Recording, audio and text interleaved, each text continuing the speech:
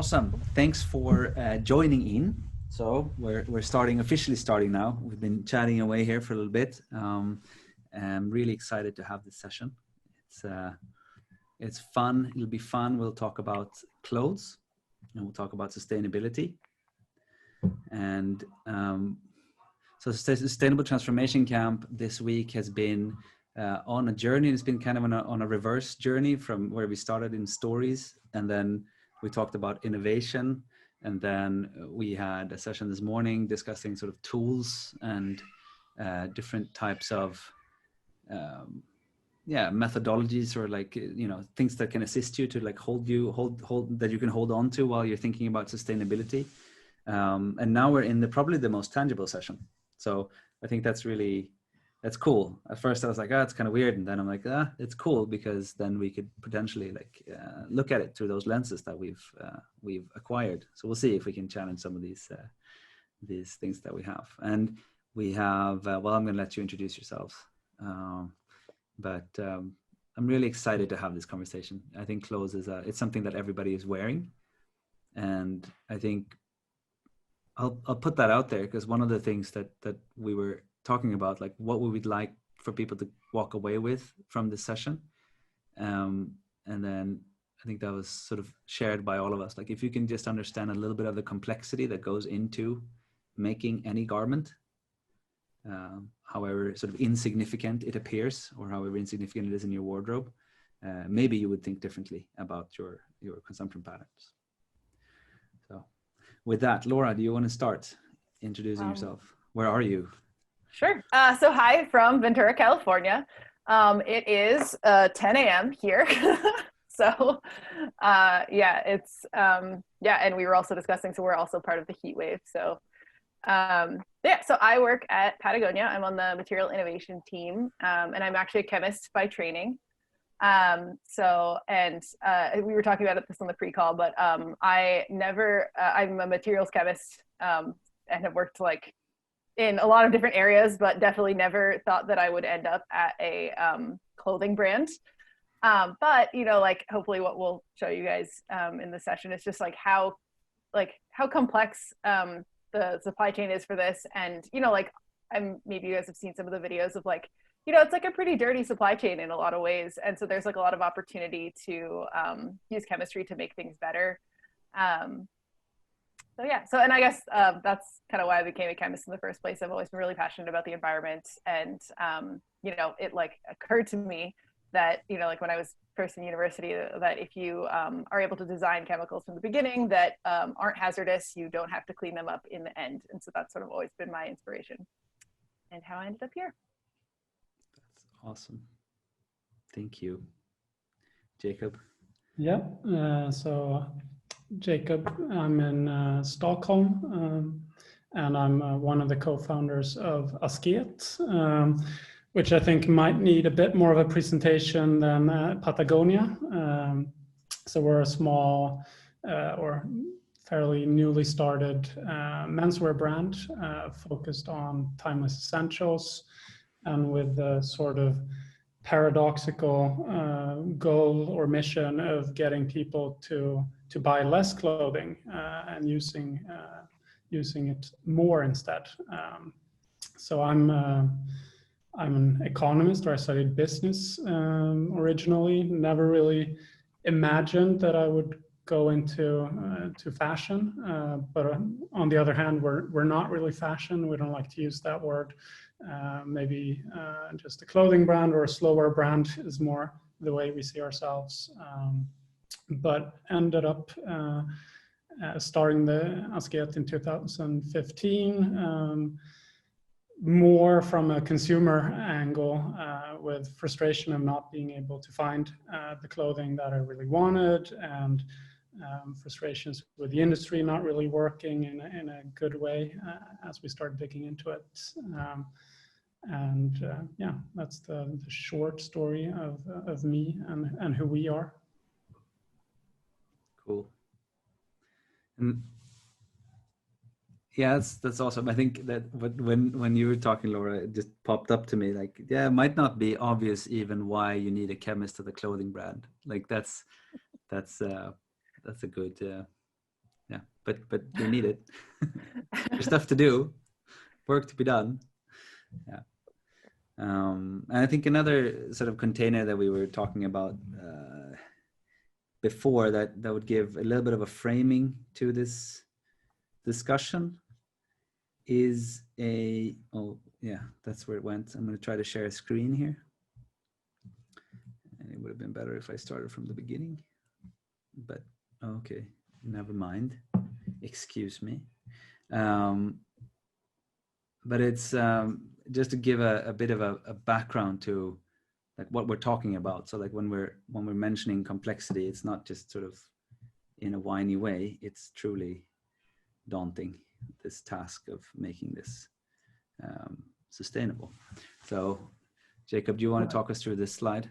Yeah, sure. I think this, I guess this is a good starting point as to why is it important to have a sustainability talk at all with this, specific focus on fashion.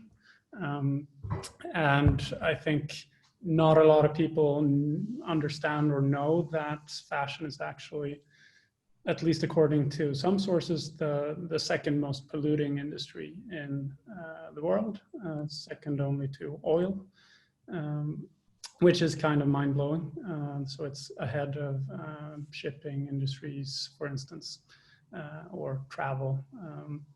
And I think from our perspective at Asket, where we focus on the consumption issue, is that the major problem is the sheer amount of clothing that is being produced and the way that people are interacting with this clothing.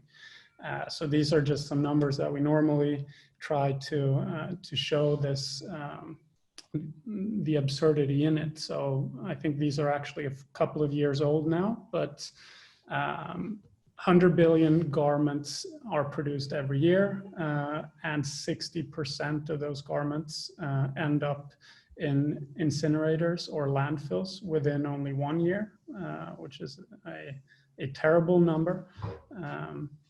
And if we look at more from on the customer side or the consumer side, I think this is from between 2000 and 2015.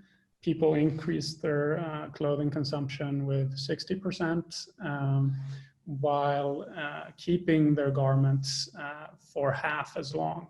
So it's something that has been accelerating in the last 2 decades.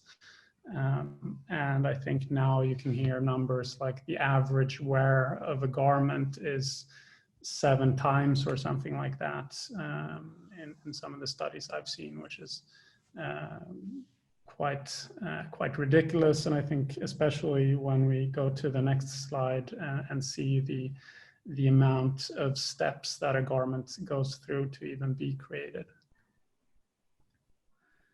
Do you want to say something about sort of because I mean, you are still a clothing brand. You alluded to it in the beginning as well, but like the take that you have on sustainability, your sort of base hypotheses for this, just elaborate on that a little bit more. Sure. So it is a very simple, which is that, less is more, that you don't really need that much clothing, and that what we want to do is produce and design clothing that is made to last, both from a design perspective, that it's not a trend that will go out of style anytime soon, and from a quality perspective, that is something that can really stand the test of time and be used a lot. So we only do garments that people really, the kind of essentials that you really use in your everyday life, and you use a lot, so you can maximize kind of the return on all the hard work and precious resources that go into the clothing. Cool. Should I flip the slide forward here then? What are we looking at, Laura? Yeah, so we, I think I use this slide often when I give presentations, and don't worry about reading every single little bubble. I think the first and most important takeaway from this is actually just, this is an illustration of how complex the textile and apparel supply chain network is. So that's like all the colorful bubbles on the top. Like that's just the going from starting kind of on the right-hand side, like the raw materials manufacture and like pre-processing, this is like, growing your cotton, all that stuff, like, polymer chips that go into like your synthetic fibers. Then as you move left, it goes into like actually fiber spinning. Then you go into weaving and knitting. Then you're going to dye it. If you put any finishes on it afterwards, that would be like if you want to do water repellent or if you want a wicking treatment. If it's a rain jacket, you would typically laminate that. And then, then it goes into actually like in tier 1, that's like where you do cut and sew. So that's like actually building the garments. And then it gets over, keep moving to the left, you get into like brands and retailers. And so all of that needs to happen. Like all of these people, these are different companies in each one of these steps. And like these materials change hands so many times. And then like putting my chemistry hat on, if you look at all the blue circles down in the bottom, there's basically like an equivalent supply chain for chemistry that goes in to support all of these things. So like chemicals are used at each place, and depending on where things are manufactured, like there are different environmental laws and regulations and different levels of compliance with those. Honestly, some places are quite sophisticated and others are less so. But yeah, it's just, there are one thing we kept talking about in the pre-call is like, how many people actually touch the process that goes to make a single t-shirt. So I think that's sort of my main takeaway. You don't need to look at every single one of these circles, but just, how complex this really is. This is a globally distributed supply chain. The majority of brands don't own any of these previous steps. It's all like through contract manufacturing. So the level of influence that a brand has definitely varies. So piecing together a truly sustainable pathway through this is really challenging. But yeah.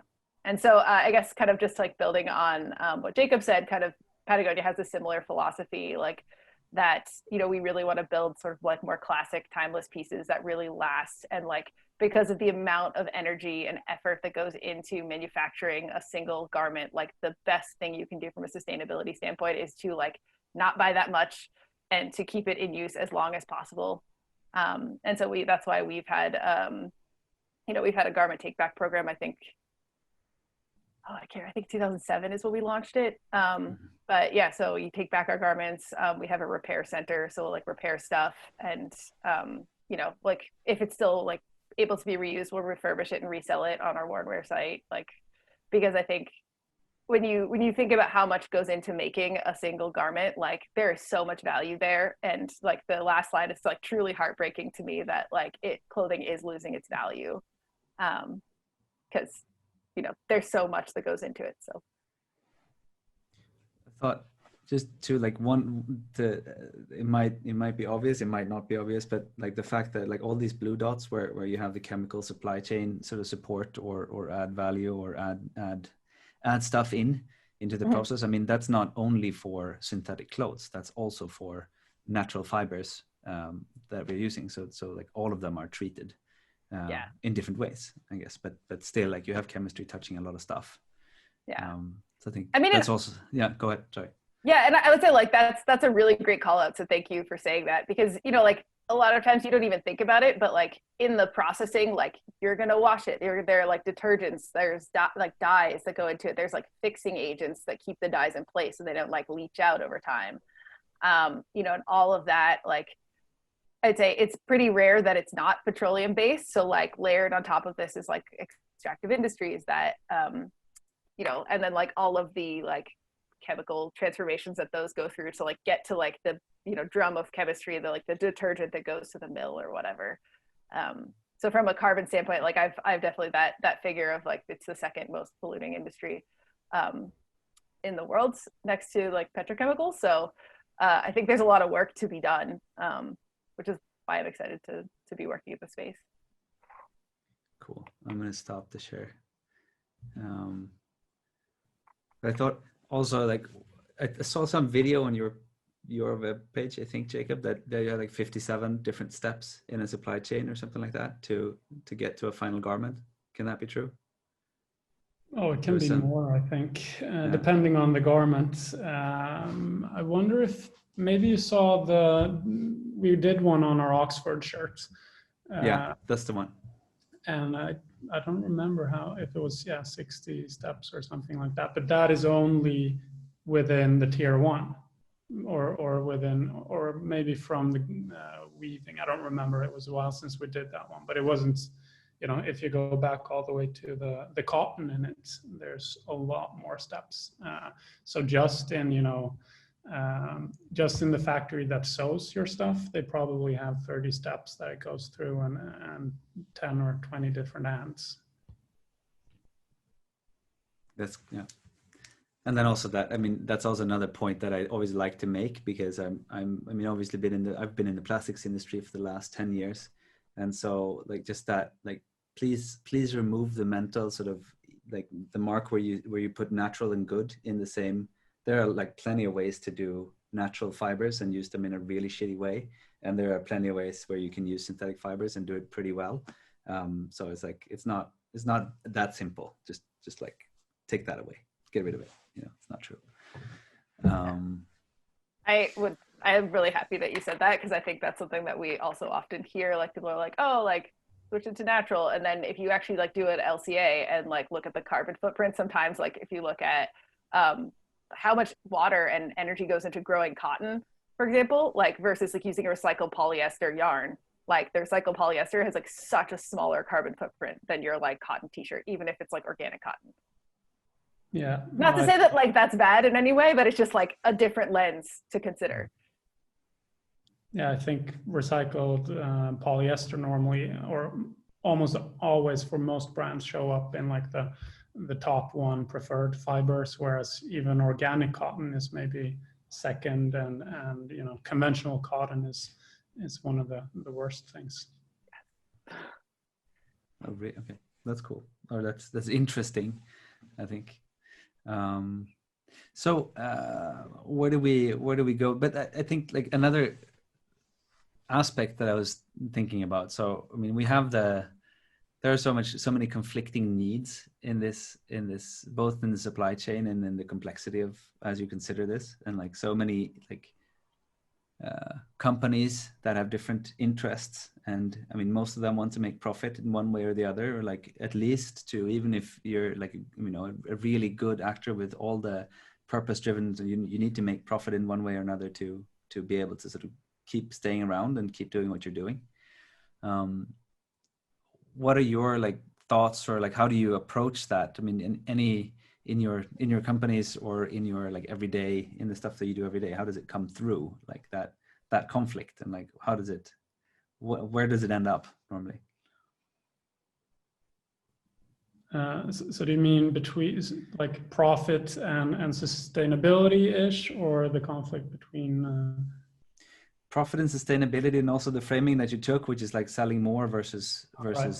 Keeping it longer and bothering with like retake and that whole infrastructure and like refurbishing and repairing, and like it's not, I mean, again, it's like it becomes really complex, like with the flows of different things. And so yeah, it is hard to balance, as you say. I mean, to be a sustainable company also means you have to be sustainable economically, so that you stick around.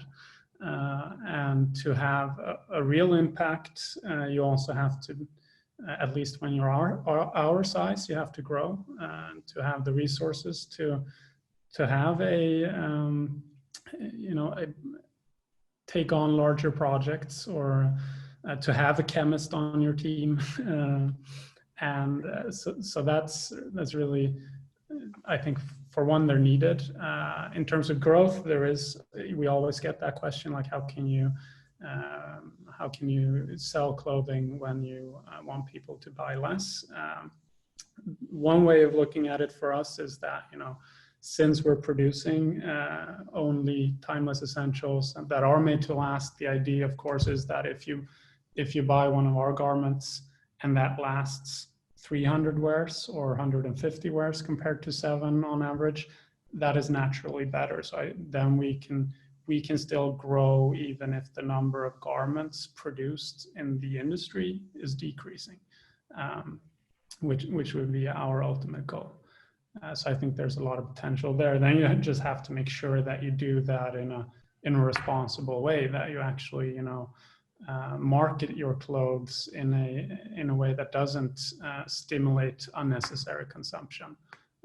So, I mean, it can be simple things like we don't do 99 pricing to make things look cheaper, or we've never had a sale, for instance, because we believe that, the price that you pay is the value of that garment, and it's very important for us to people to understand that. And of course, also then you can't chase the cheapest product. You have to find a way to get people to pay a slightly higher price for quality and fairly made products. Yeah, and I would say it's pretty similar for us. It's actually, it's really like wonderful how kind of aligned, I think, in mission our two companies are too. But yeah, it's just this conversation is something we talk about often. And it is hard to think like you definitely don't want to drive consumerism. But, like to be a company, you have to sell stuff. And so it's just, how could you be as responsible as possible? And, we like, Patagonia is like fairly large for like the outdoor industry, but like in the scale of the apparel industry, we're still like very small. So I think also trying to like build partnerships with these larger companies and trying to like use our position in the supply chain to make it better more broadly. So not just with our products, but trying to like do stuff that kind of paves the way that others can also like either like follow in our footsteps or like do it in their own way, kind of. And I mean, and it's clear that bringing the supply chain along is absolutely crucial. It's like, how do you do that? Man, I think it's really, it is really hard. And I think, with our globally distributed supply chain, like, and we don't own any of it. It's all like through contracts. Like you can specify stuff, and that's like the first way, but I think also just like being partners, and if there's stuff that one of our partners is doing that we don't really like, or we'd like to see improve, working with them and helping them, and honestly sometimes like sending our people there to like work with them to help like them improve, because it's, if you walk away completely, like you can't be there and like have an impact. Like if you're not at the table, you have no impact. So I think that's like also too, is like not just being like, oh, you do something we don't like and we leave. Like we try to like work with them to improve. Obviously if they don't, then you have to walk away. But we try to be partners as best we can. And we have a wonderful, we have some really awesome supply chain partners too. So. And how far back do you go? We work like down to the chemical supplier level in a lot of cases. That's why I'm here. Yeah. And like it's not possible for us to specify every single chemical that goes in our product. That is like super far outside of I think anything that anyone maybe if someone figures that out, I'd love them to come tell me. But yeah, like so it's more just like things that we know we can work on. But we also rely on like there's a lot in the apparel industry that like these third party like nonprofit organizations, like so we work with Blue Sign a lot, so they actually have like toxicologists and chemists on staff, and like some of the confidentiality associated with like the chemical formulations and like what happens like in these places, like they don't want to disclose that to us like as a brand, because we talk to like all of their competitors. So these third-party organizations are really helpful because they are like independent and like can keep this confidential information, and then like brands like us can use these like certifications as like ways to gain confidence. Like if we trust Blue Sign and Blue Sign says that these guys have like passed their standards, then we can feel reasonably confident that like it's going to pass our standards too. Yeah. I also wanted to like underline one of the things that you said, which was the session that we had this morning. There was a person from Annika from Save the Children was there, and she was talking about just a case with like vanilla trade and like how like the interactions are, and like especially like sort of on this point of like it's not always the best solution to just walk away and like wash your hands like that. It's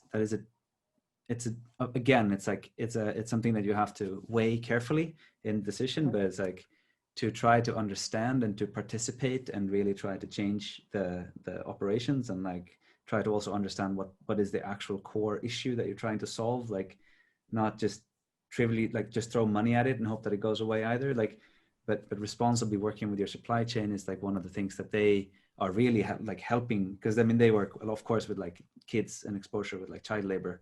And so for them to have companies that are involved and that can sort of make a change in these people's lives and like bring that forward, and to try that, to build that relationship and also be responsible or sustainable in that way, to bring them with, rather than just saying like, here's your ultimatum. That's cool. But how does that look from a small company point of view? I think I mean, it's definitely challenging when you don't have the sort of bargaining leverage of a larger customer. We've been working a lot on more, well, for one, as Lara said, really, you know, it should be partnerships that goes both ways. And most of our factories that we work with are longtime partners, since we have the same product, and we actually, you know, if everything works out, we keep producing it in the same factory on and on. So they have a lot of their opportunity to improve processes over time. But for us, for like a concrete example in trying to bring our supply chain along has been our traceability work. So we've been trying to trace all our garments down to the tier 4 from the slide in the beginning, so down to the raw material and every component in the garments. And that has been quite the challenge. We're not there yet. I think we're at 83% or so in the way we calculate that. So,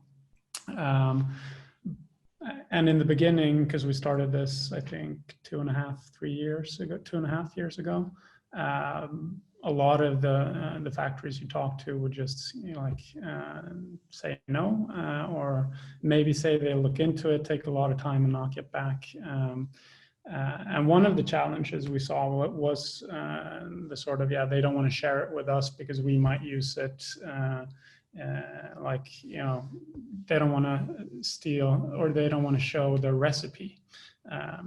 And then we try to tell them that like we're not doing this to like learn your recipe and move on to someone else. We actually just want to see the ingredients. You don't have to tell us in what order you put them in, or so it's from one point. And then the other, I think that has been most helpful or useful is that it has actually become important to other brands too, and that we can show them sort of the traction of that topic, and that, you know, for them they're actually going to be a much more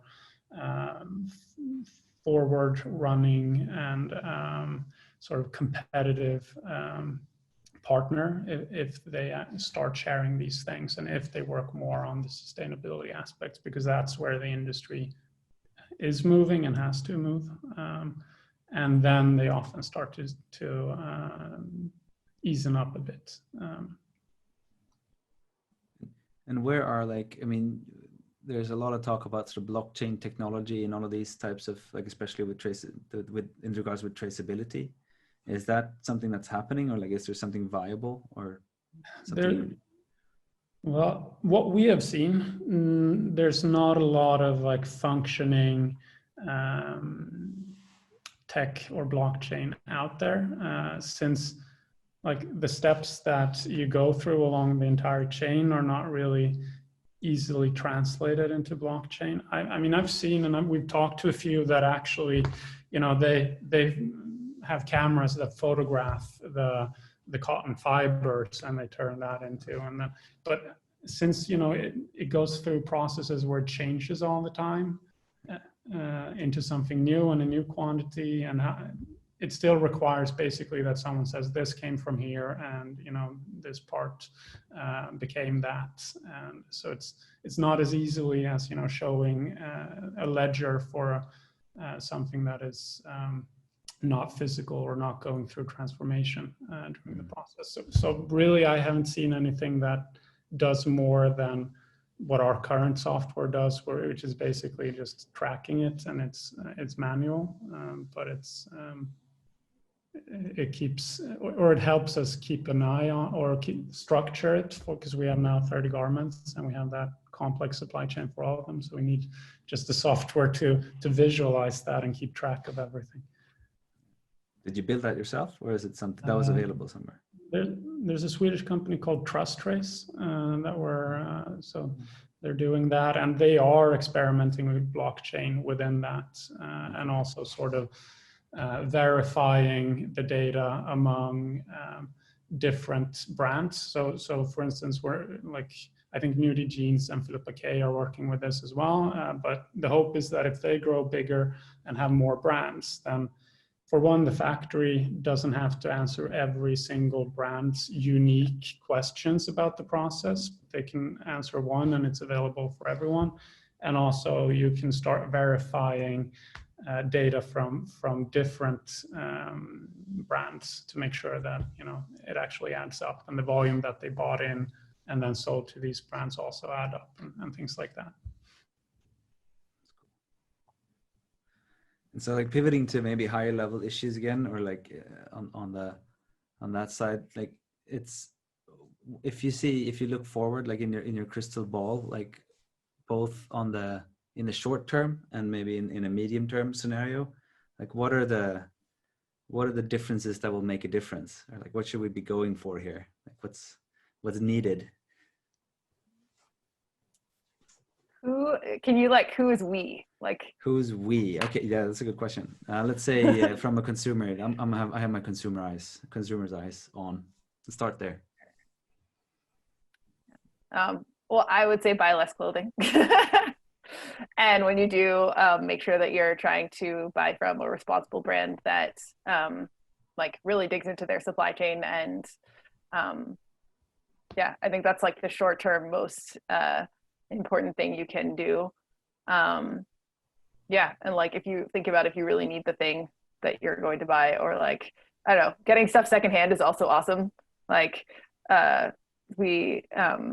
I mean, like you can do it like formally, or like from a thrift store, or yeah, or just like from your friends, which I do all the time. Pretty great. Yeah, I don't know, that's like probably short term. And from in this traceability, is that it, like if a company has a traceability measurement or like a really you know, what looks like a solid or like a long sustainability report, is that can we call that, can we trust that they're then sustainable, or like is that how we know that they care about their supply chain and so forth? How do we figure that out? That's a very good, or there's a very good point to that for instance, traceability doesn't say anything about sustainability, which I think should be highlighted from our perspective as well. It's just the first step in taking responsibility. Like you can't improve your supply chain if you don't know where it is. So if, like for us, that's been the natural starting point, but it's really just to get a better overview so that we now can use that data that we collect to actually make impact assessments on all our garments. And from that, we can know, okay, where is there room to improve? And actually, you know, where do we have the most impact? So it's something that we're doing now as a second step. We have it on 4 of our products, for instance. And that can tell you a little bit more about, you know, how sustainable a brand is, because there you will get more numbers that you can compare. Unfortunately, since not all brands put this out there, you can't compare it that easily. And right now it's only the brands that care that put it out there. So I guess, I mean, you can use it a little bit as if a brand takes, goes through the trouble of doing that and actually shows it to you, there's a good chance that they are taking as much responsibility as they can. But it's not necessarily better than anything else. But on the other hand, it's very hard with like, standards, or like if you have certifications, because there are so many, and as a customer, you can't learn what they all mean. Like, I bet you have no idea about the difference between sort of GOTS certified cotton and BCI cotton. They're both used as a way of telling you that the cotton is better, and one of them. Which one is better? Which one's really better? You should definitely go for GOTS. BCI is a very shady sort of branding, so that makes it really tricky. So tying into your question, I think one of the things you can start doing is educating yourself a little bit on. I mean, it's probably good if people knew more about materials and perhaps about certain larger certifications, at least, what they mean. Then one thing that we haven't really preached upon here, but actually when you look at a life cycle assessment of a garment, a lot of the impact is in the use phase. So the way you wash your clothing and take care of them has a pretty big impact as well. So for, going to 30 degrees wash, or actually washing a bit more seldom, like knitwear, you really don't need to wash a lot, or many other garments for that matter. There's a lot you can learn, which I think in Sweden you used to have that in school, but I don't think you do anymore. Learning. Oh, really? Yeah. Is it gone? Hemkunskap? I think or so. maybe just that part of it is gone. Yeah. To learn to cook. But I had it, but I'm also quite old now, so I don't know. Everything's relative, right? But that's, I think, and yeah, go ahead. Sorry. Oh no, I think you brought up a really good point, Jacob, that like there's so many different points of impact, and like also like there are so many standards, and like it gets so overwhelming. And this is something that we were chatting about earlier, like that like were you about to say, I see you nodding on it, were you about to say this? Take it.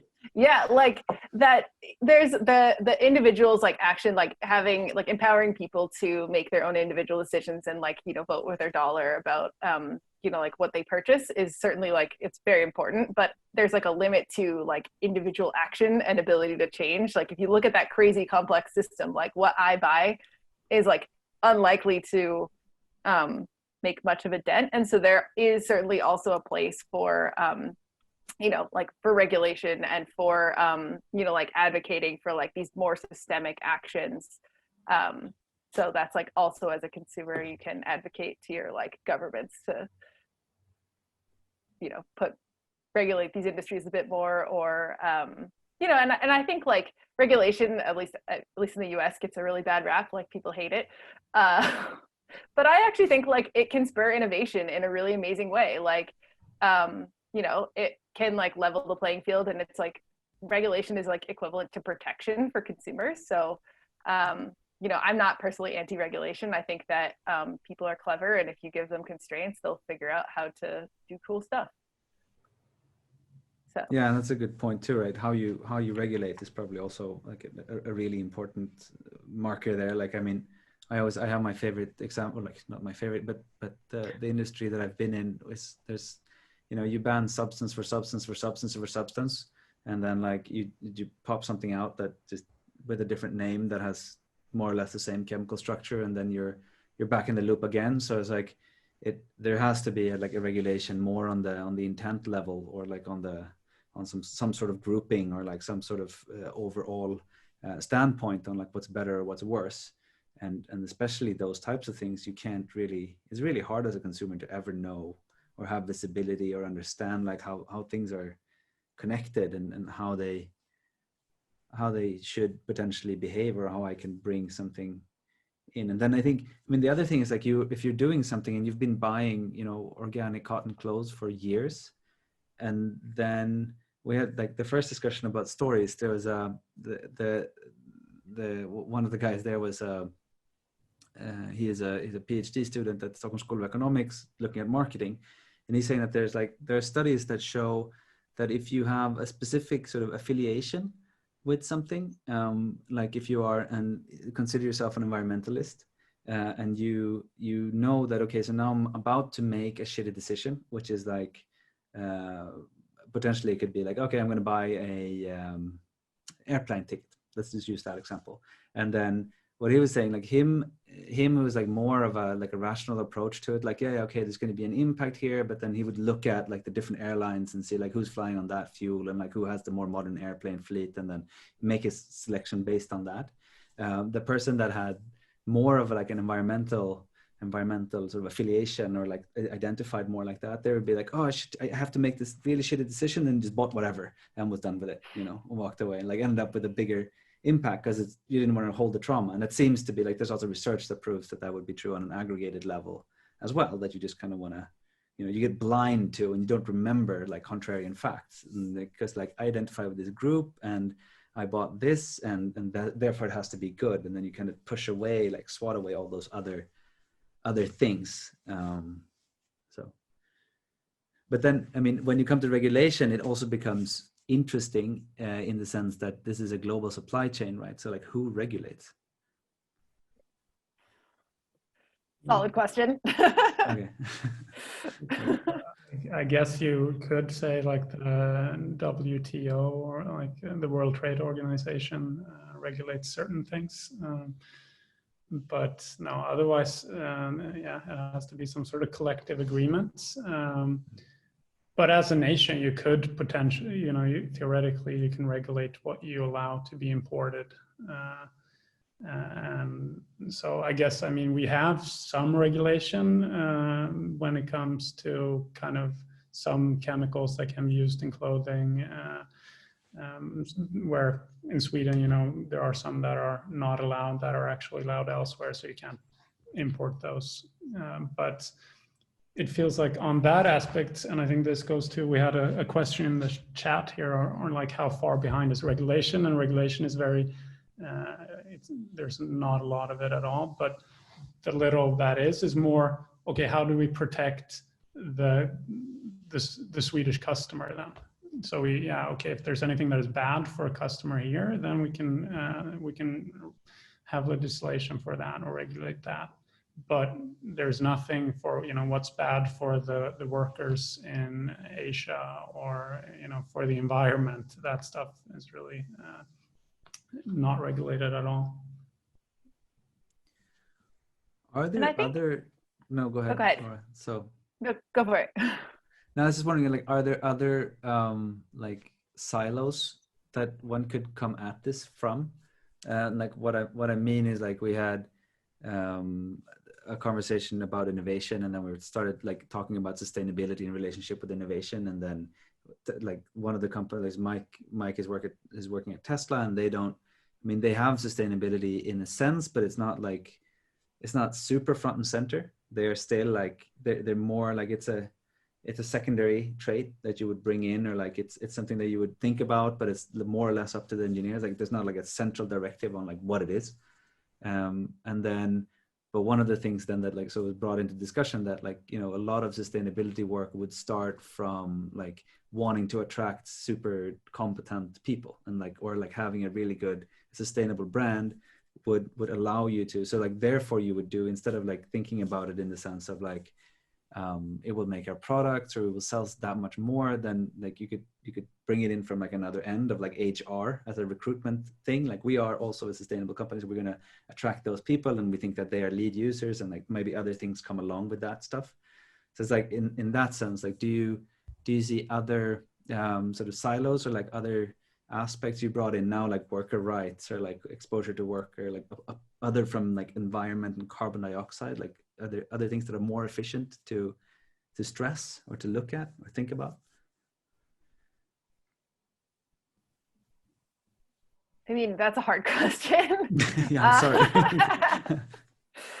I mean, I think like they're all really important. Like worker rights is something that's like, I mean, so central. Like we haven't talked about it much, but like, you know, like ensuring like fair labor practices is like, I mean, really, really important, particularly with this like global supply chain, you know, and I think, yeah, also thinking about the carbon impact and footprint of the company. And like actually like Jacob, you mentioned this before, but like if you don't actually do an inventory of like what you have and like what your supply chain looks like and what your actual footprint is, like you won't be able to make decisions based on like you can like try to make stuff better, but if you don't actually like know where you are, you don't actually know if you're moving in the right direction.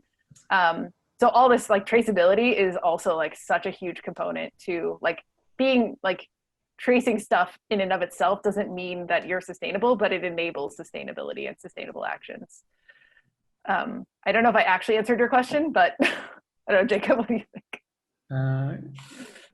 So I'm not 100% sure I understood the question perfectly. Was it, you know, so in your example, it was, are there other things than just, you know, or are there secondary benefits into this sort of, is that I think that's part of it, or like to state it in a different way, because it might have been just a really complex way of saying something. But like if we look at the like sustainability, like we haven't spelled it out, I guess, like, but sustainability in a business is more than just sort of carbon dioxide, you know, or like, or just water, or just biodiversity, or just, you know, you can't sort of take one of the sustainable development goals and maximize for that and then just walk away, be happy, and like you've saved the earth in a sense. And so I guess like another way to phrase it is like if we imagine the sort of, we have the table of sustainability, and like what are the parameters that gets a seat around that table that you would prioritize from your lens, or like, yeah, is that a clear way to say it?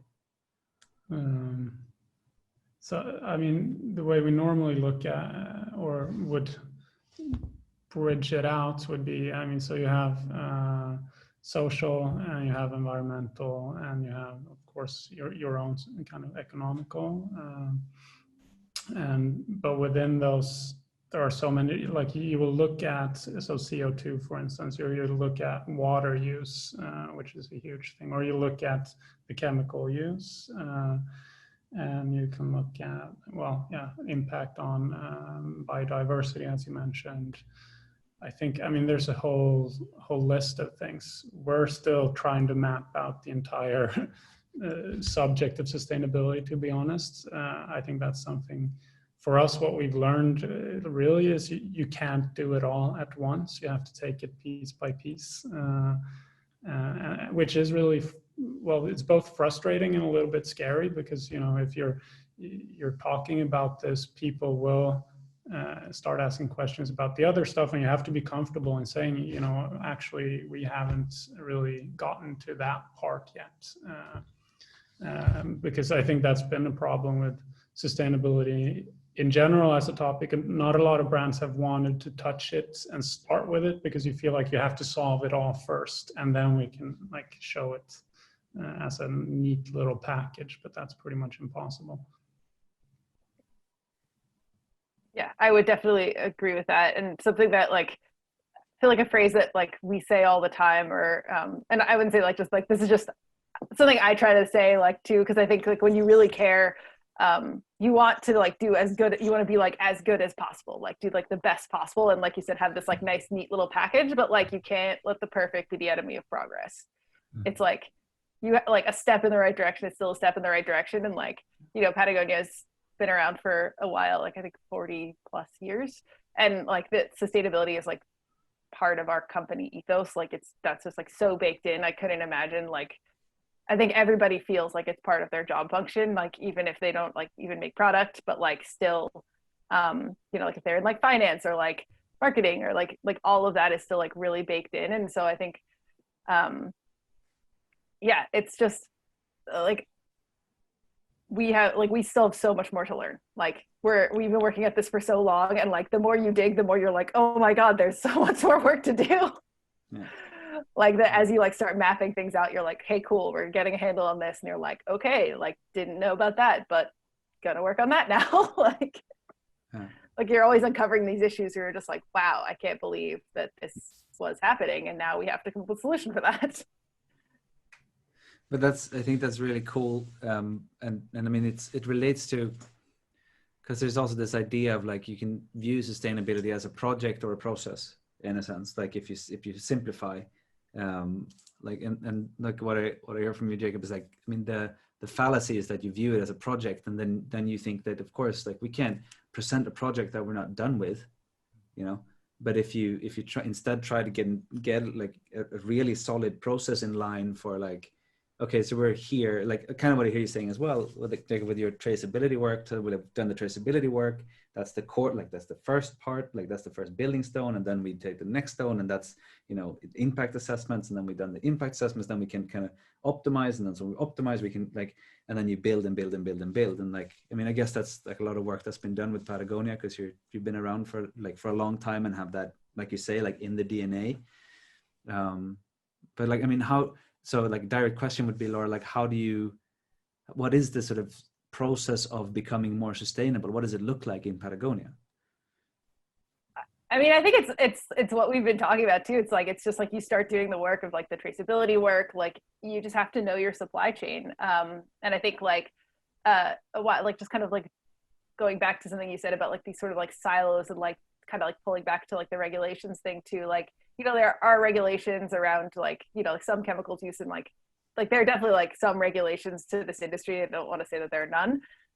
That a lot of times it's kind of like on the company itself to like have a restricted substances list and like have a chemicals management program. And so, you know, like obviously Patagonia spent like many years building that out, you know, like well before I joined. But, you know, like if you're a smaller brand, like there are like plenty of like third party organizations, like Blue Sign has a restricted substances list, like, and, you know, I think that's like also, you know, like leveraging like the existing resources that are out there. Like there are a lot of organizations like doing really good work that kind of help with that. Like Sustainable Apparel Coalition's another really good one that they're trying to, with like the Higg Index, like start to like standardize like calculations of carbon. I think that's probably like the most advanced, is like the carbon impacts of like different processes. You could start to build out and like mock out like, okay, if I make this decision, like what could the impact on the LCA be or whatever.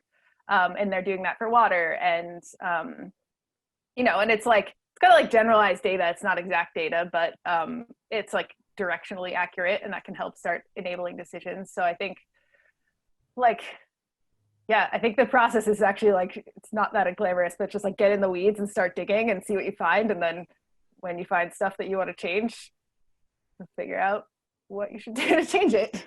Yeah, right. So. And then talk about it, because that's the other thing that I really appreciate by how you're talking about it. Like there's a humility in the sense in saying we don't know. Like we're really trying the best we can, but we don't know. And that's also like a level of trust, I guess, that you could. But it takes that you as a like the trust goes both ways. Like you have to trust your consumer to sort of accept that, and then the consumer also has to accept that you don't know, even though like you're this really big, although we don't know how big Patagonia really is, right? Yeah, I feel like people think we're way bigger than we are. We're not that big. I was going to open up for just comments and reflections and so forth. Do you have any final remarks before the other guys come in and ruin our flow or add to it? Well, there was one when, like in the example you said of how it can be an HR thing, or how it's, I think definitely it could be worth mentioning that, you know, sustainability has positive aspects, definitely over just, you know, the planet, that I think in the long term, you know, more brands will realize that if you're not wasting resources, you're saving money, you're doing things more efficiently, then you're saving money, you are, you know, there's, and also there's a sound business in providing your customers with good products and that they actually enjoy for a long time. you know, sometimes we get the question like, well, how are you going to make money if your customer's shirt lasts for 10 years?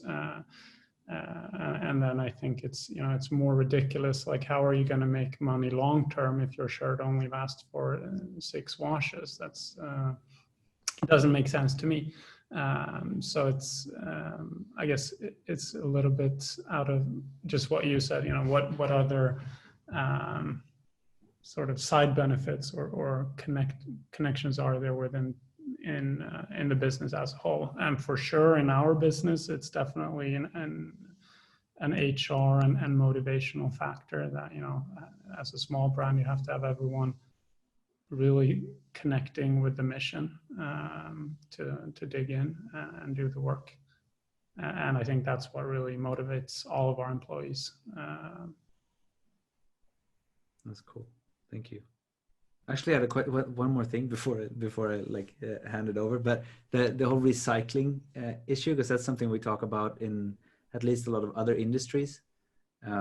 And I was actually really surprised to hear that it's not further along in the, but like, could you, like, where are we with that recycling and fabric or clothes in general, I guess, also garments, not just.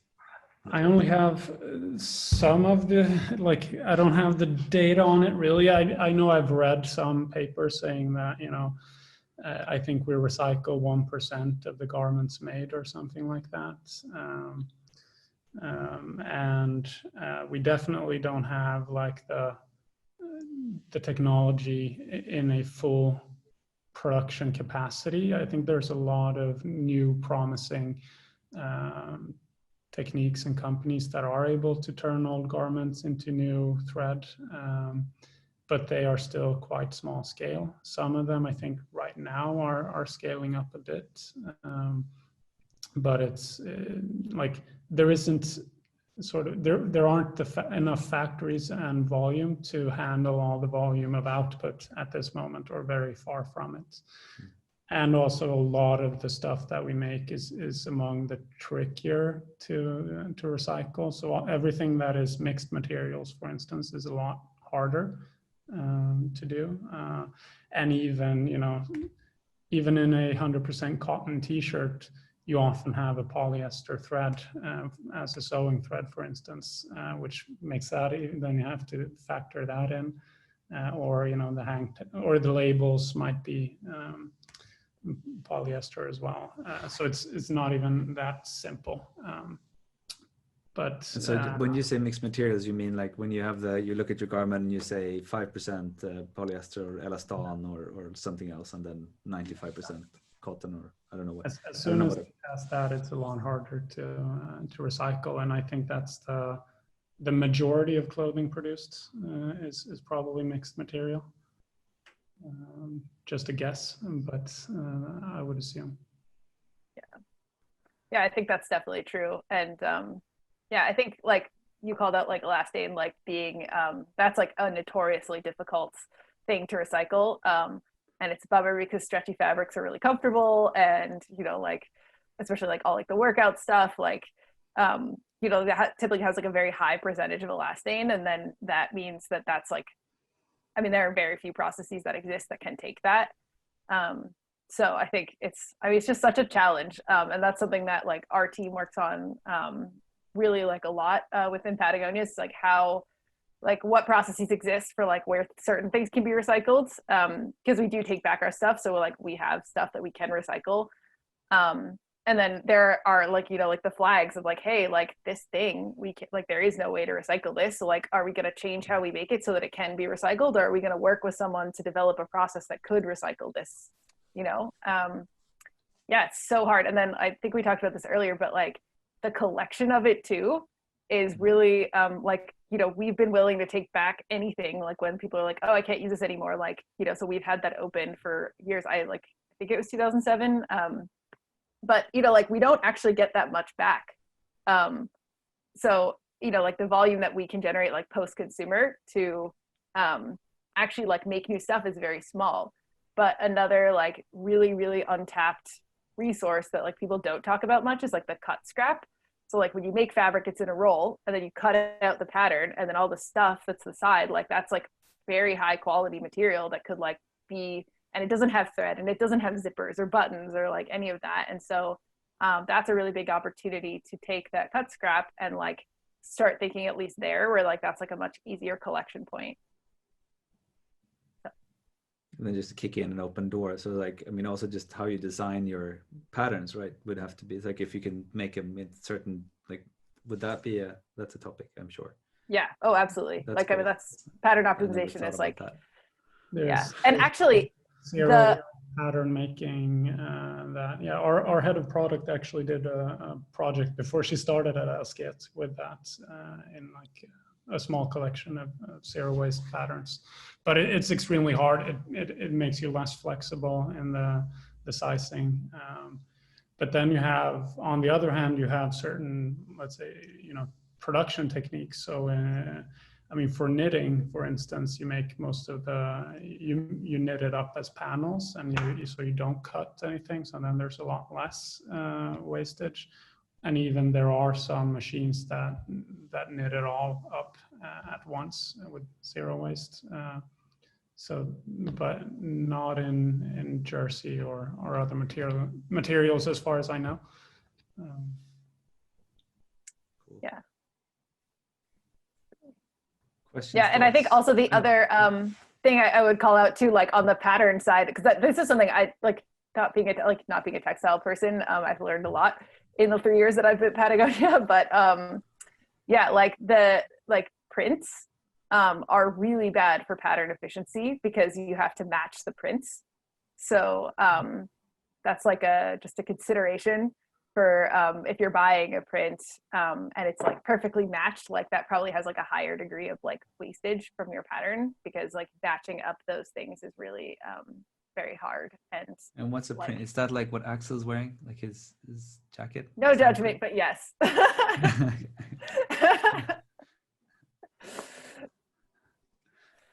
Yeah, like I think stripes are actually really hard because like it's like, if it's like kind of just like a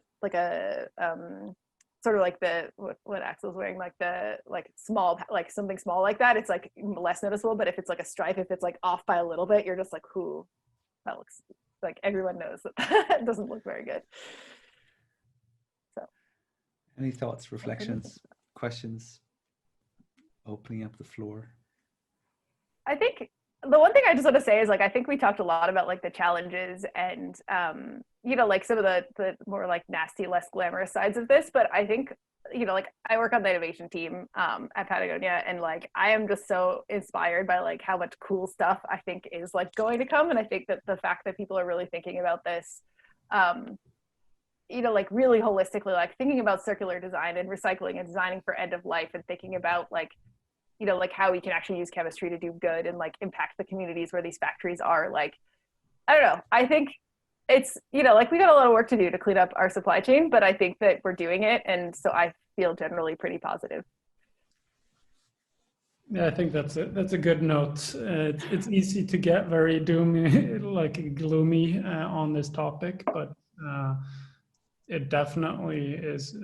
It's like very motivating to work with, and there are so many cool concepts coming up and techniques that are developed. So things are happening, and hopefully fast enough. And I mean, just from a personal perspective, that makes it a really interesting business to be in. I think that, that was one of the reasons I got into this in the first place. It really felt like, there's a lot to do and a lot that can be done. And that's a lot more fun than going into an industry that already works perfectly and just maintaining. Oh, and then I'm going to throw a question at you that we haven't talked about at all, but that popped up now. So like if we just drop whatever we've been talking about, because I think you're making a really, really important point. But like what is the generative story of fashion like right now? If you tell it, what is it? The generative story? Generative as in like the how would you say that? Like the positive, or like the kind of what Laura was saying now. Like, so if we just we just skip the doom, and gloom. So if you would pitch the fashion industry to somebody and or paint the vision or where it's headed, what is the cool stuff that's going on in a sense, without any of the what do you call it, caveats or any of the disclaimers, I would say. Where is it? What's the positive stuff? What should we be happy about? Well, all along the supply chain, I would say, or the journey of the garment, there are cool stuff. So I think if you just for me to structure myself in where I see it. So in the beginning of them, of course, I think there's a lot of very specific tech that's coming up around. There's dyeing techniques that use no water, or there is a much more efficient knitting machines that use a lot less energy, for instance. And there, I think I barely remember all the stuff you learn when you go to a fair or something, but there's a lot going on, and in new materials that can replace a lot of the old ones. Hopefully, there are leather substitutes abound. But I think even more personally for me, more interesting is what is happening in post production. So in circularity efforts. So Patagonia is actually really already far ahead in taking back garments and a re-commerce model. There are rental models coming up that I think will definitely be useful for the kind of garments that we don't do, stuff that you don't use very often, but you end up buying anyway because you might need it 3 times. And that's I think becoming more and more popular, and that can also, I think, be used as a way to actually allow people to follow fashion or have more change. Not everyone wants to be as boring as me and wear all Asket timeless essentials. So I don't think that's where we can expect the fashion industry to go. But with rental, you can perhaps make it easier for people to actually have an updated wardrobe, but sharing it with others. And what we were talking about before in the recycling space, and that if they can solve that, then that I think there are a lot of different options or different companies that are doing really cool things. So you can recycle cotton products now. There are some that are trying out to recycle mixed products. Knitwear, like wool, is actually pretty far ahead already. So, this year we're producing a sweater in recycled cashmere, and we're doing a jacket in recycled wool, where they mechanically recycle wool from post-consumer goods. So that's already quite far ahead. Cool. But those are some of the cool things I see.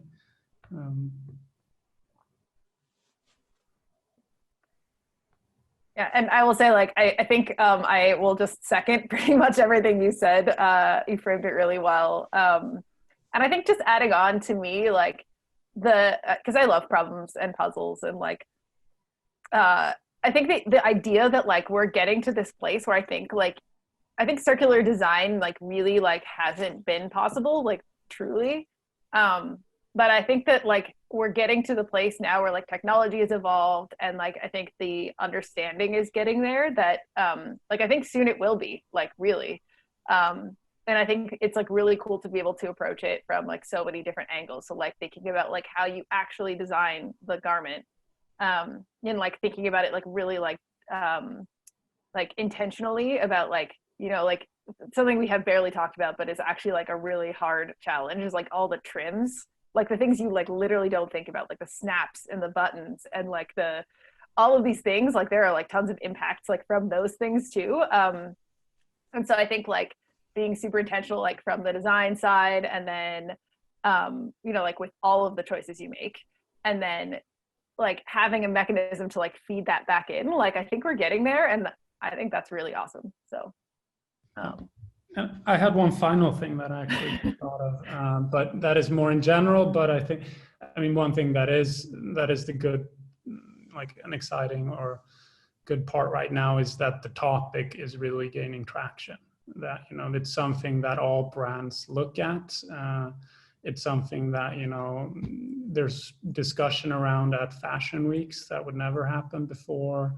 It's written about in fashion magazines that would never happen before. It is really on most people's minds. And I think, you know, the shift that you see in brands is coming from that it's on the minds of the people who work there, probably more than that it's on the minds of consumers. So I think that is really one of the biggest positives right now, and it's really catching on. Thank you. So now I'm going to open up the floor. I'm going to shut up for a while.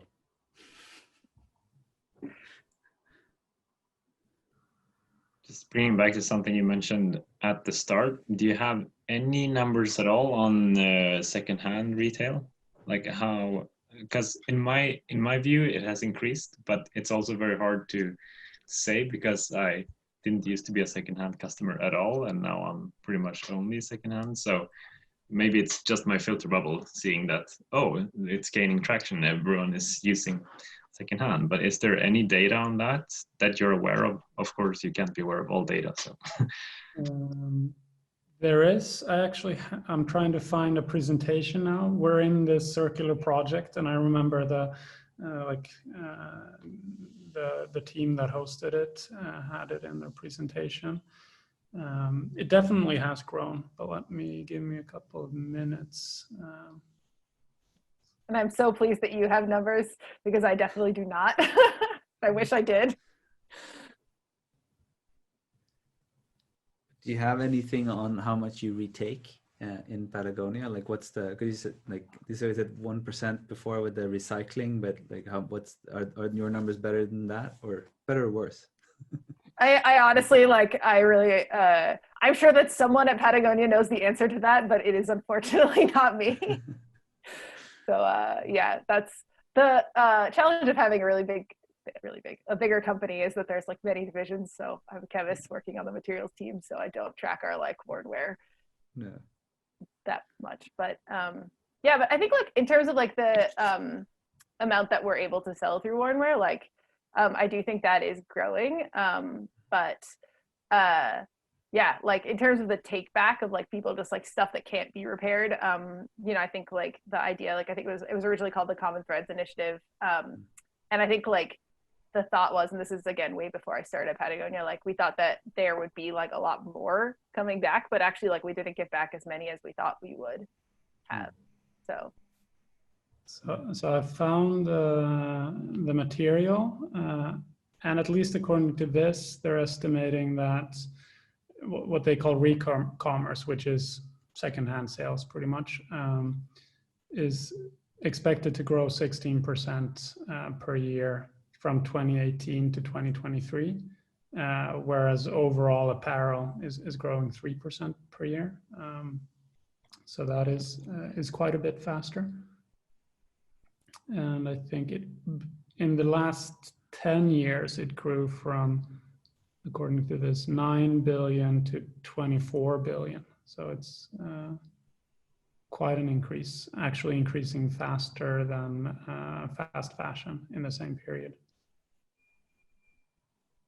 What's the total now? What's the total size of the fashion industry? Like, is there, I have no grasp of that. Don't have a number in store for that. Sorry. Unfortunately. It's just interesting to look at, because it's one of those things, like, again, from like the plastics industry, then it's like we're like, it's between 300 and 400 million metric tons per year that you make virgin materials. And then it's like 500,000 of those are, I mean, it's still 500,000 tons. It's a lot of material, but that's the sort of biodegradable materials from that. So it's like, and then people are like, oh, it's really exciting, we're growing like crazy, and you're like, yeah, yes, that is exciting, I agree, but like there's something there. It's like we also need to think about, like, we also need to like figure out this petrochemical supply chain also. Like that's also important work. We can't just say let's shift everything to a completely different material base. Oh, man. You just made me think of something there. So before I worked at Patagonia, I worked for an organization called the Green Chemistry and Commerce Council.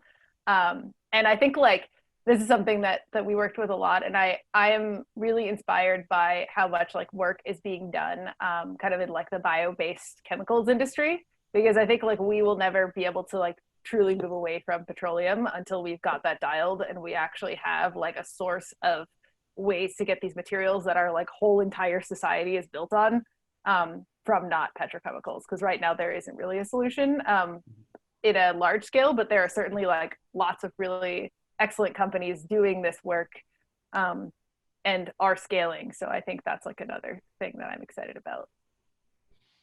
Yeah, I mean, there's super cool thing, and just the promise of it, like if we design it from the generative frame, like if we actually think about these things in the design of like what you were saying initially, Laura, like to design the chemistry, like how we build these things together with the whole cycle of use in mind. I mean, there's tremendous potential in synthetic materials. Like it's also like, you know, if you could use like a waste resource from forestry or like for something else where you actually need wood, and then, you know, you treat that and then you put in like there's a lot of stuff you could be doing that might be better than just growing cotton or just growing, you know, like yeah. And like I think too, just like to build on that and to put my nerd chemistry hat on, like if you start from like the like all the molecules that we use like in our normal supply chains are like that we just use them because they were convenient to get from petroleum, but that doesn't actually mean they're the best. And when you start with these bio-based sources, you're starting from a different starting point, and so you actually have like access to like things that you never had access to before. So you do have an opportunity to create something like really new and like potentially like a lot better, like more compatible with like generally how like cycles go in nature. Mm-hmm. So just give more oxygen. I won't go into that, but basically like, you know, bio-based molecules have like different chemical structures.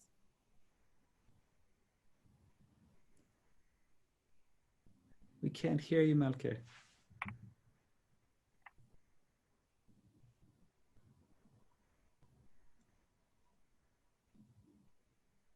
Still silent. I'm going to use the opportunity to say that there's also like the other aspect of like non-chemical functions, like when you use like biomimicry as far as like textures and like patterns and stuff like that. And like, did you know that you can make different colors depending on like how you make the surface of a Lego piece? So you can make them all the same material, but without any additives. And just by changing the surface structure, you will change how it reflects light, and therefore it will appear red or something else. Yeah, that's so cool. I'll try again. Yeah. Am I with you? Now it is. You're on. Cool. Great. So just adding to what Amit was saying earlier about the size of the industry versus the size of the sustainable side of the industry, what do you think about the clothing industry? Because it's the same thing in many industries, like the energy sector. The renewable sector is growing fast and really fast, but the scale of that is so small. So even if they grow 50% per year and the total oil industry or energy sector grows only 2%, those 2% are still a lot bigger than those 16 or 50%. Do you see something similar in the clothing industry, or how large is the sustainable sector compared to the overall sector, and when do you think we can see it catching up to each other, like them being equal or one trespassing the other? Unfortunately, I should have prepped numbers for this. Or, I mean, for one, then you have to define what is sustainable, like what brands will count as that. Secondhand sales, you could definitely, like that would count indirectly. I mean, the only thing that comes to mind is that I read the other day that I think if it was like Walmart, Primark, and one other of those kind of big stores was like more than half of all the garments sold in the industry or something. But don't call me on that, because I think it just kind of flew by me. But because if you will count it by items, definitely like the unsustainable fashion will be a lot bigger, which I guess is the most useful metric to count it in as well, rather than revenue. But yeah, I don't even dare to guess. Yeah, I have I did not also I did not prep any numbers for this, but it would have been useful if I had. But I don't know, I think like even if, and this is like what I was saying before, like don't let the perfect be the enemy of progress. And so like even if these companies that are like these big massive companies, you know, like that they like even like if you can partner with them, you know, and it's like small companies like, you know, like working together kind of like collaboratively across sectors, like or even within the same sector, like if we're able to help Walmart or Primark or whatever make a better decision in some, like any step that they can take, it's going to be so much easier than like what Patagonia does. And so I think like that's also yeah, something that we should celebrate, because I know that like some of these companies are actually doing like a lot of good work. You know, sometimes behind the scenes, because they know that the second they start saying like, oh, we're doing like this little tiny sustainability thing, like everyone's gonna like shower on them, like, oh, but like you're not doing this and this and this, and then they don't try anymore. So I think it's like, you know, holding people accountable, but also celebrating like small wins that may be harder for a company that doesn't have sustainability baked into their DNA, like is also a way that we can make a positive impact. Yeah, that's also, I mean, yeah, sorry, go ahead. Yeah, and I think you have to give some of them credit as well, as, you know, with their size, they're actually the ones that are driving through the most of the new innovation, like who's funding these recycling companies, for instance. It's most often one of the bigger guys. So they are doing a lot of good that smaller but maybe more sustainable brands can't do as well. Yeah. And it's all kind of like part of that ecosystem. Like, and I think that's okay. Like, that's just sort of how it is. And like, you need small brands that are kind of like the lab to be like, here's what you can do. Like, if you're like really intentional about every choice you make, you know, and like maybe like your Walmarts and your Targets and your these like big companies like don't have the ability to be as intentional because they make so many products. But like by seeing like smaller brands being able to do that, like that helps to like demonstrate that it can be done, and even if they implement like a small percentage of that, it has a really big impact. So, and then I mean also another thing that comes to mind, and I don't know if that's, I'll test the idea, but it's like if you can establish again a process in smaller scale, that's typically better, so you can test it. And even if smaller scale is like, I mean, if Patagonia is smaller scale, then that's, you know, that's still like fairly large, but you can at least like test through your process and like make sure that you come across some of the hurdles, and then you can like leave it off, like hand it off to a company that can like implement it, and then they can do that really well. I'm also like, I'm thinking about sort of how IKEA treated, they have this mushroom material that they call mycelium that they make from mushrooms. And then like just the fact that there's a small company that developed the material, to take that risk, they make sure that it works, they get it to a certain scale, and then IKEA say, with our machinery, we can just like churn this through and like make it work. Like goes to what you were saying as well, Jacob, like we'll put the resources here to make it happen. But if you do that too early in the innovation cycle, you might end up with a lot of unwanted effects. And then, I mean, I guess what you see a lot in the petrochemicals industry as well is that you're defining what we can do next from the CapEx, like the investment spending that you have done. And so you really lock down and like in a really narrow space for like action. So it's, I guess it's like, I don't know. I'm guessing I also got this thing in my head where I don't know if it's 10 or 20%, but like the amount of people that you need to reach before you have like it flip, and it's actually like starting to self-propagate a change or like a new paradigm shift. And so it's like there's no real need to despair that there's like a really tiny part of it, like as long as it is actually sort of, you know, catching up, it's probably a good thing. I don't know if that landed anywhere, but like, does it make sense? Kind of. Yeah. Maybe. All right. Cool. One of the times when I Laura, wasn't you unlucky when I was mentioned thinking. Sorry, go ahead, Jonathan. Yeah, sorry. You talked earlier about the possibilities for the consumers to repair their stuff. Mhm. How long have you guys been having that feature? Do you know that? I don't know when it officially started, because again, that's like not the part. I don't know like what the official year. But yeah, like you can send your garments back to us. We operate. I think the largest repair center is like at our Reno facility in Reno, Nevada. I think it's actually the largest repair center in North America. But yeah, so we do a lot there. We actually have this like really hilarious traveling like kind of camper van thing with like this really wonderful wood paneling on the outside that like travels around to like spots. Like, so it'll go like during ski season, it'll go to like ski slopes where like there might be like people, like lots of people that have Patagonia jackets and like people might need repairs. So they like camp out there for like a weekend or like, and they just kind of go.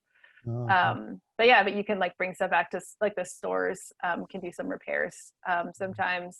And then also like they've been, there's like a lot of content about like teaching people how to do the repair themselves too. Yeah, so yeah, I don't know what year that started. I wish I did. I'm sure I could Google it though. My initial question, I wonder how the process looked like, because I think it's a great initiative to, we also talked earlier about how we take care of our garments and stuff. And I think it's a really good initiative to raise the awareness around that topic. Like how can you actually make your own clothes that you not only to buy stuff that are durable, but then to take care of them, to make them last as long as they can. And then that can lead to another thing that make people more aware and think of sustainability in other aspects. So I think it's a great initiative that I think more brands can take after. And also like we will repair, like if you come to one of our trailers and don't have a Patagonia jacket, like we'll still repair any other brands too. So is it free of charge or do you charge? Or? Well, for Patagonia, it's for sure free of charge. And I don't know if we charge for other brands or not. So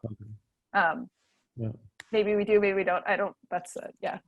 But actually I wanted to like just build on a point that you said about the care aspect, because that's something that we have looked at like a good bit with like water repellent, like sort of like rain jackets and snow jackets. And like, you know, as they get older, like something that we're seeing is like you get like contamination on the surface, like from like oils, like if it's like sunscreen or whatever. Like honestly, if you're like we had a field tester, this is like famous, but like they like were eating a burrito and then like wiped it on their jacket, and then like the jacket just like wet out right where the burrito was. Anyway, and so like a lot of people see that and they're like, oh, my rain jacket doesn't work anymore, I need to get a new one. But actually, like if you wash your jacket, that like repairs the function like really well for like these water repellent like treatments. So you can also also recoat them, right? Some of them. You can, yeah. But wash it first, because that would be a lower impact. So just like normal washing, like you don't have like zip up everything, because like if your zippers are loose, like they could actually like damage the membrane. So like zip everything up, toss it in your washer, and then like the other thing that some like particularly if you have powder detergents, you may want to do a second rinse cycle, because powder detergents sometimes leave a residue. Liquid detergents do that less, but yeah, and then like toss it in your dryer if you have one, or leave it hang dry if you don't, and it might work like new. And if it doesn't, then you can do like a wash-in, and there's some really good ones out there actually that I have tested in our lab that work really well. Do you have like manuals and information available for your consumers, like how they should take care of their products and stuff? Yeah, I think there's a whole section on our website about this, like basically just like how to care about your stuff, or how to care for your stuff. Yeah, and I think our marketing team maybe, I don't know, like they put together some videos actually like directly around this, and they're pretty funny. They're like very silly. Like, nice. So. It's a tricky subject to get your customers into, though. Like we have this as well, but it requires constant promoting. Like it's not the the page people visit just by chance. But we have seen, like, over time, we launched ours, our care section, like a more advanced one 2 years ago. And like first year was pretty slow. This year it actually like doubled in conversion, or like visitors in percentage of like overall site visits. But I think, yeah, the one like that definitely as a brand you can help with. You know, a lot of the products have like small peculiarities that you know, you need to do this or that, as you said with the sip, how do you do that? Or like for us it's also like a matter of what should they expect that the garment does over time. You know, if you buy a pair of raw denim that actually will behave, it's a very natural product, you will need to know that it stretches and then shrinks, and like how do you predict that so you don't end up with a pant that is too small. And those kind of things you have to help your customer out with. And then like, yeah, stain guides and stuff, you can have that. Yeah, but I really like the concept because it really creates this sense of awareness, and it links with the overconsumption as well. Like if we get aware what we have, what kind of products and how we can care about them, and that sort of creates a chain reaction, I think, with awareness around it. So really interesting to hear. Thank you guys for sharing everything. I've been sitting here just nodding whole time, just oh, interesting, nice. So, I think what you're saying, Jonathan, is that this is kind of a mindset shifting thing, and as with the chain reaction thing, is that if you change a consumer's mindset about, oh, I can take care of this clothing and I can make it last for 10 years instead of 1, and I think there's ripple effects to that they start to think about other aspects of the life, and I think one good thing can lead to many others. Yeah, I think, I mean, overall as well, with, I mean, the context that we're in now with the World of Wisdom, I mean, that's also a lot about care, just in general. Like you care for people, and you care for planet, and you care for, like, you take care, like, and like one of the principles that we have in the network is like leave a better trace. So it's like play off of the Burning Man, like leave no trace, but it's like leave a better trace and try to do that. And that's, you do that through care. And like through sort of, I don't know, and we have relationships with our things as well. And so like if you buy things that you love, it's this like Japanese thing. I think there's like, my wife's been pushing, like, she's like, look at your stuff and like ask yourself, does this give me happiness, or like, does it make me happy? Like, do it. Yeah, Kondo. Yeah. Spark joy. Yeah, exactly. And otherwise, but there is something to that, and like, is it worth taking care? Like, buy stuff that you think is worth taking care of, and then you can take care of them. And then, I mean, of course, your clothing budget. And I like the point of like renting the accent, like the other stuff, and then you have your like base, like stuff that you're really comfortable with and that like fits well. That's a cool concept. Maybe we should start rounding off. I was wondering if we would want to do like a checkout with like one thing you brought with you from, or you're bringing with you from this session. Just an open invitation. While you're thinking about that, I was going to do actually one more thing, because I had this plan of like in these sessions to do, there's a method, like an inquiry method that's called the work. That you're using for like inquiring into yourself a lot, but it's like I repurposed it a little bit, and I was talking to a person who's like really good at like the work and facilitating that, and she was helping me a little bit with those questions. And so as a bit of like just a nugget to like send out, is to like these 3 questions that one could think about as well. Like, so if you don't want to look at your clothes and say like, does this, you know, bring me joy? It's like a similar version of the same thing. But the invitation for the inquiry would be like, you know, how do you stand in relationship with your clothes? And then, you know, what do they make you? Like, what do they do for you? What job do they do for you? And like, what would you be if you didn't have your clothes? Like your clothes, and then, you know, is it true? Is it actually true what you just thought that would make you? And then the final invitation is just to look at, like, if your relationship with your clothes isn't amazing, like, both look at how could you make it amazing, and what would you know, an amazing relationship look like? What would you like to have from that relationship? What would bring you joy? I just wanted to send that as a go along, and then I'll plant that and leave it there. And so, checkouts, anyone feeling called? I would say, mean, sorry, Laura. No, go for it. just how huge your footprint clothes is. Even though I was aware of it beforehand, but I wasn't aware that it was this big. So. And also with the patterns. This is secondhand, by the way, so I get away with everything. Excellent. File your prints secondhand. Yeah, but yeah, it was. I agree with Jonathan. I was just like nodding along. It was super interesting to hear. So, yeah.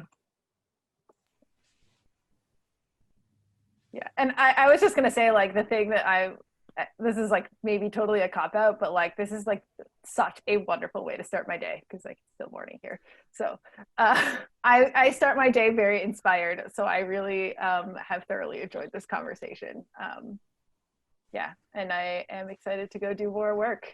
Just another quick note, you should really tell like the marketing team that they should fix the wornwear in Europe as well, because there's only shipping in the US. I looked it up. I was super excited. I'm like, yes, this is perfect, because I'm an outdoor person. And then it's like, no, it's only in the States. Yeah. I'm sorry.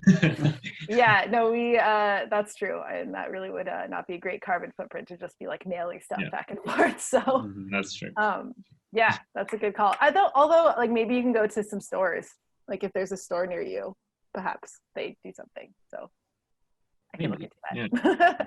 But thank you. I want to mirror Laura's good way to start the day. This is like a good way for me to end this day, and also this is kind of the end of my serious part of World of Wisdom, because afterwards there will be like the ceremony of checkouts and kind of a night of just dancing, and then going back to our real lives tomorrow. So this have been a really nice last point of serious business at World of Wisdom.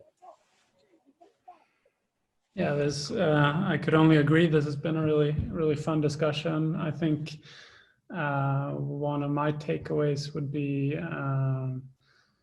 just by hearing all that Laura is doing at Patagonia, how much we still have left, not even mapped out, but also how exciting it will be to get to that at some point, being able to take on those kind of challenges as well.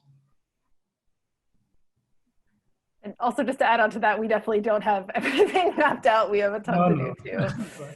But you're doing a lot of great work, and it's very inspiring. I always often people ask me, what brands are you inspired by, and I always say Patagonia, although I always also say, well, it's an obvious and perhaps boring answer, but it really is true. Cool. Yeah, Jonathan, do you wanna? Yeah. Take with me a lot of inspiration. Like for me, I'm studying bachelor's program called Sustainable Enterprise Development. So this is like really in line with what we're actually studying. It's really, really inspiring to hear you speak about behind the scenes and how you actually work. And so it's been very inspiring to hear both talk. So thanks again for sharing, and continue to do good work. Yeah, thank you. And I just want to thank both of you for taking the time, both last week and now, to have this conversation. I really, really appreciate it. And I mean, I see myself as somebody has a little bit of insight into how stuff is made, and I've learned a lot. And I think that I just want to underline that thing again, which is I'm going to stop buying $5 t-shirts. That's I've bought my last one, and if you see me in one, then you can come punch me in the face or something. But unless it's like 10 years old, you know, then you're That's like, true. this $5 Yeah, t-shirt sure. I've had for 10 years. Yeah. But there is something to that, like to like there's so much care going into making these garments, like however we come across them. And so like I'm gonna try to reflect that care and like, you know, think about it as when I buy stuff, and buy stuff that I actually need and not just think that I need. All right, thanks a lot, guys. So this was really fun. I'm going to stop the recording and stop the stream and stop all of that stuff. And yeah, awesome.